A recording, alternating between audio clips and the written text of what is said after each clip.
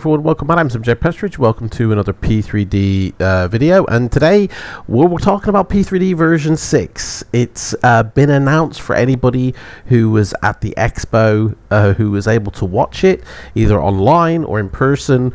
Lockheed Martin were there.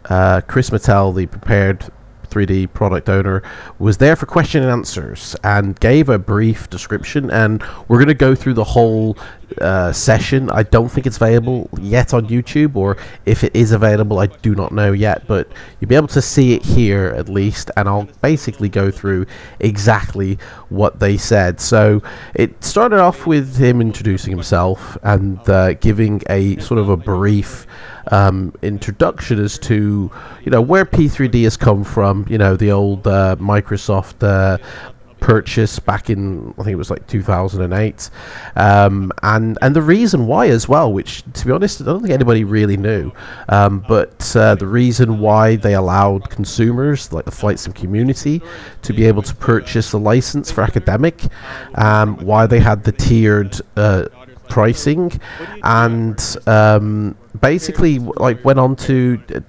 discuss other things which we'll get to in a second. But the purchase between Lockheed Martin and Microsoft is an interesting one actually.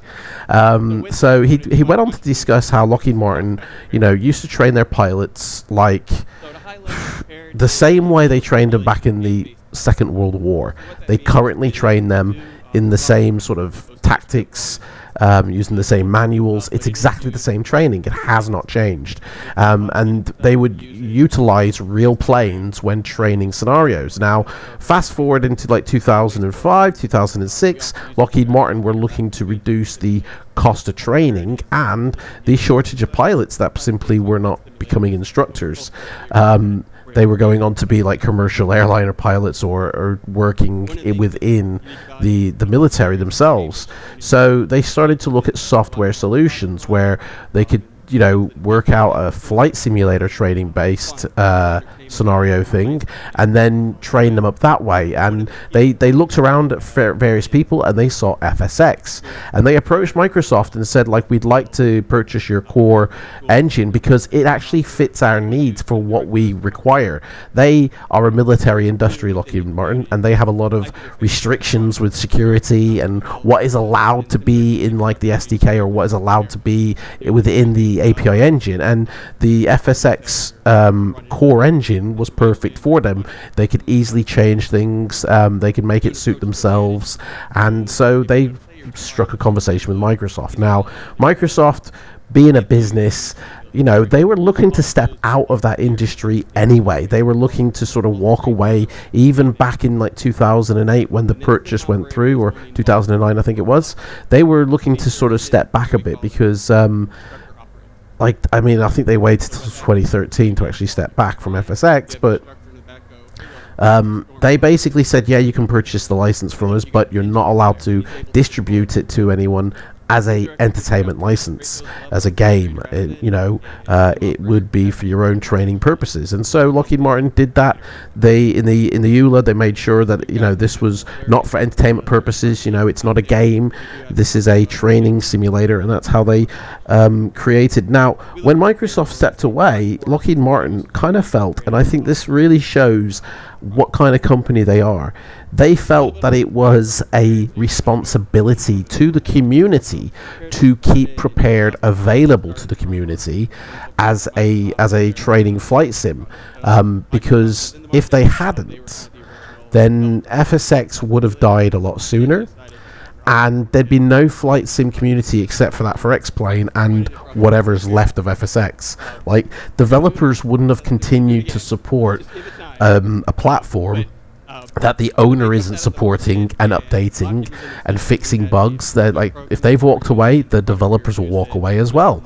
And so the community wouldn't have had FSX really to be able to continue having that support if it weren't for Lockheed Martin.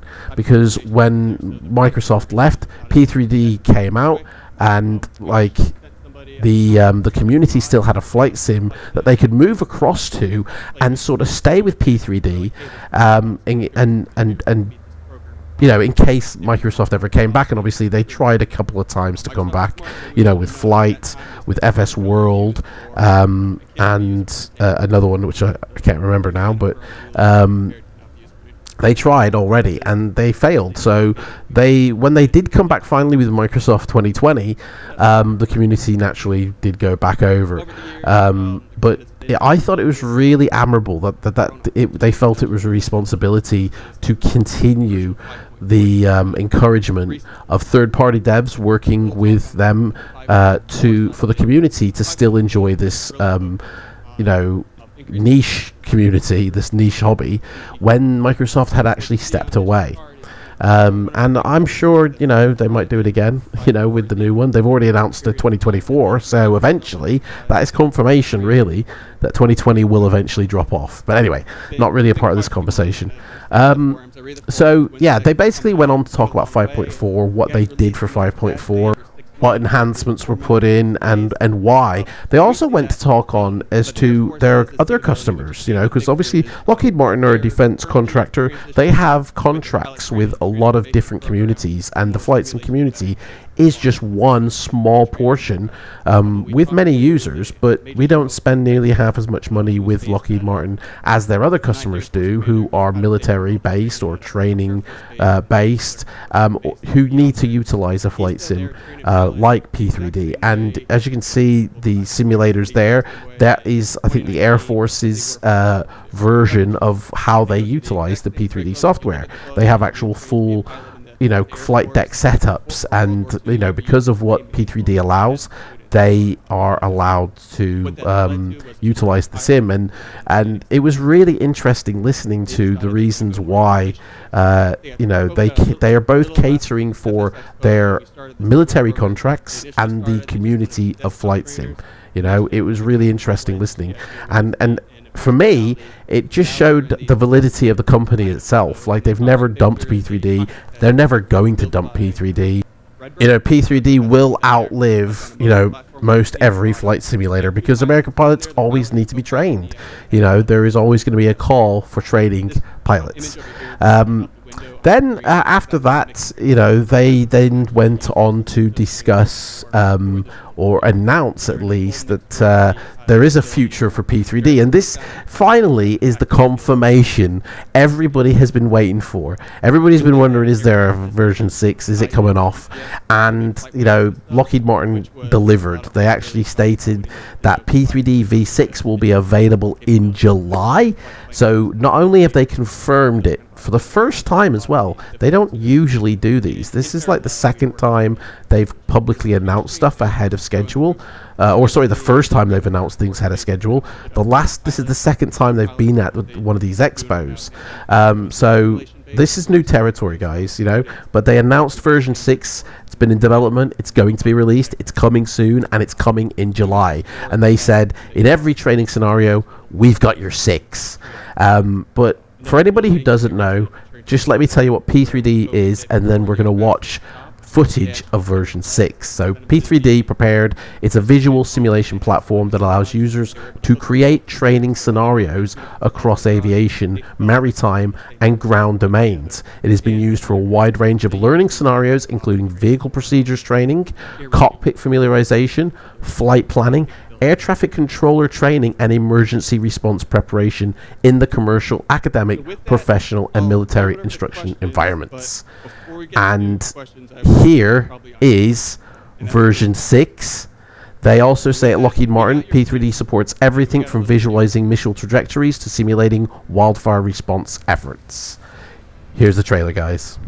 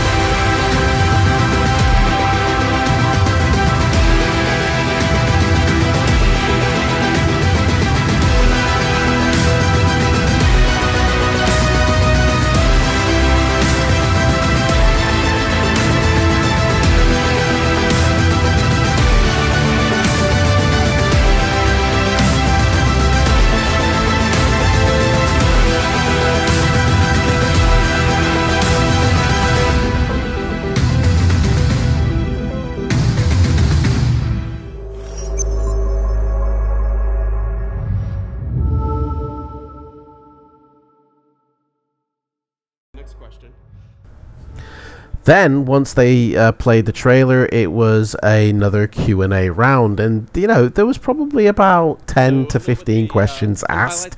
Pretty much majority of the questions were all the same. You know, like, is P3D still alive? What is your plan for supporting our old add-ons? And, you know, do developers know that P3D is still going? And actually, these answers that he gave were pretty shocking. I mean, there was a couple of questions that were related to specific elements like cockpit building or something like that. Is VR and all this, you know, capable? But there was 2 questions that were asked that actually pretty much shocked me, because it really publicly announced that the developers are fully aware that P3D is still alive. They are in, actually, on the development of the versions. Like, he went on to state that they have developers, third-party developers, in their beta team testing latest versions. So, yeah, the developers know P3D is still alive. Why they say it's dead and they're moving on to Microsoft is really a justification for their actions to the community for, you know, not wanting to look like money-hungry people. The question and answers were really interesting. Chris did a great job, I think, at sort of fielding these questions. So, yes, there's backwards compatibility to support older add-ons, but with a caveat of there will be time needed for these older add-ons to have spent on the textures or the PBR to align with the new lighting system. Otherwise, it just won't look right. So every developer who has created add-ons for P3D in the past will need to spend a little bit of time updating their add-ons to fit in line with the current shaders and the current technology and to take advantage of the latest features of version 6. And if they don't, they're going to stand out and look a bit weird within the sim, and then you'll get people complaining, and then Lockheed Martin will have to come in and try and fix things, even though it's not their responsibility to do that. But that's what's happened in the past, guys. The other question was about, you know, the developers. Basically, will there be developer support? And, you know, this is really down to the developers, nothing to do with Lockheed Martin. They are welcoming open arms to developers to, you know, have their add-ons I've created in the past still be, you know, usable in version 6, and they want them in, you know, version 6, but it's not down to Lockheed Martin, it's down to actually the third-party developers. Will they take the time and effort? Will they actually hire new staff and have like a Microsoft team and a P3D team? Will they really even think it's warranted? Like, do they think there's enough customers? Hell yes, there's enough customers. There's hundreds and there's thousands of customers for P3D still, you know. I personally could say about 100 people I know who still use P3D within my own Discord. I've got 1,700 people in my Discord, and my Discord is mainly for P3D. So there's a good idea of how much there is still there for P3D, despite, you know, other people moving on to, say, Microsoft or other sims. There is still a lot of support for P3D, and if we, the community, went to these third-party developers like PMDG, Caronado, FS Labs, yada yada yada, and actually said, what are you doing for P3D? Please still support it. Please update your aircraft. If they had an amount of people go to them, they would then look and realize and go, oh, actually, there's still a community here, and really, this is the community from FSX who got them where they are, who, because they purchased their products because they were so good, got them in the state of sort of high fidelity of, like, you know, being a #1 company in the flight sim community because everybody's bought them. Why not return that favor of the community's honor and loyalty to you by being loyal back to them and still, you know, supporting and developing for P3D rather than just where the huge amount of money's coming from, which is Microsoft. I mean, let's face it, millions of people went to buy that. They actually announced they have a user base of 12 million people. I know for a fact that that sim made 25 million on launch, and, you know, 12 million customers versus, say, a 1,500 probably that P3D adds. It's a no-brainer where you're going to go if you have a business that needs to survive, and that's fine. That's nothing wrong with that. But what is wrong is then when you stop supporting other training sims or other simulators because you just want to focus your attention and leave a whole community behind on one sim. What the honorable thing to do is actually hire more people and still support those other sims that supported you for decades by still updating and bringing out new content. And if you haven't got the manpower, well, bloody hire some more staff then, instead of just trying to keep it to a small team to boost your profits. Anyway, sorry, that's my rant over for the third-party developers. At the end of the day, it looks like P3Dv6 is really going to come down to, yes, there's been loads of updates. There's been lighting and shadows in P3D, which are far more realistic than any previous version around the globe. There's an entirely new atmospheric model that brings unprecedented levels of realism and fidelity. Chris himself has actually said that it's the Unreal Engine 5 is in the atmosphere, the clouds, the skies, that's running. He did talk about, you know, should we be moving into a full Unreal Engine 5 sim, or if, you know, should we continue the backwards compatibility of the current. And that conversation that he had basically went in the vein of, we'd like to go into full Unreal Engine 5, maybe in a version 7 we could do that, but if we did, every single add-on is no longer viable. So everything you've bought up and built up over the years, not only for the flight sim community but for their own military customers, wouldn't be able to use anything. And so Lockheed Martin have stated that they want to create a pipeline going into Unreal Engine 5 to where older add-ons can still be used in a Unreal Engine 5 sim, which I think is a really good thing to do, but it delays this next level, you know, simulator coming out, basically, because they're actually looking after the community by trying to make it still backwards compatible. So, and really, Lockheed Martin are in a tricky situation from what it seems from his conversations, is that they're stuck between a rock and a hard place. They have military customers, right? There's not many of them. Our flight sim community in numbers far exceeds their military contracts, but an average user is going to spend a license with Lockheed Martin, and they've revamped the what it's called now. They've taken the academic away. It's called the personal, and it's still the same price, and then they've increased the cost of the professional and professional plus. Now, if you are an average simmer, you only need the personal license. You don't need to spend any more money. If you are a developer, you're probably going to be looking at getting the professional license because it comes with a few more features. Doesn't relate anything to the flight dynamics of the sim. It's exactly the same as personal. And then professional plus is kind of what the military will be buying, you know.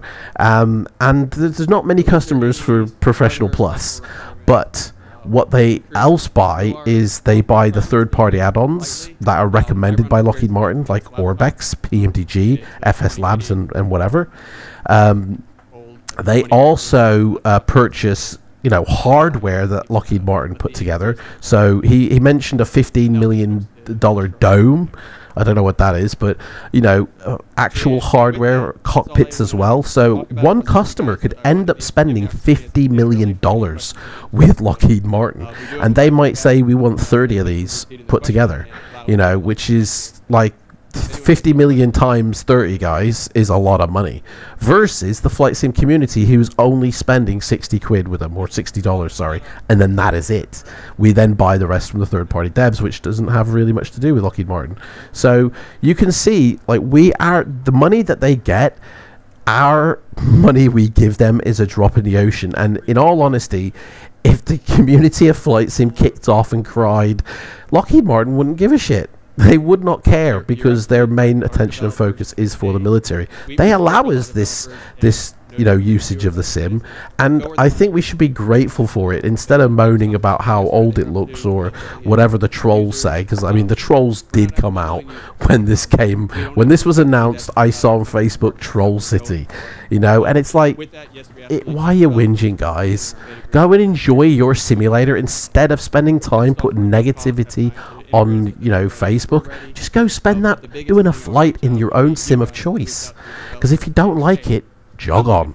Like, don't even comment, don't even bother, you know, moaning. Just walk away. You don't have to spout out negativity. I'd rather put positivity into the universe, not negativity.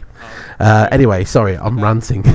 So yeah, a new atmospheric model was brought in. They also streamlined the update process, which, you know, they talked about the reason why you download the entire world onto your PC, unlike Microsoft, which give you a client and then you stream in the entire world, you know, when you need it. Whereas Lockheed Martin give you the entire world and store it on your hard drive. Now, there's two reasons why they do that. One, it's the way FSX worked, for starters.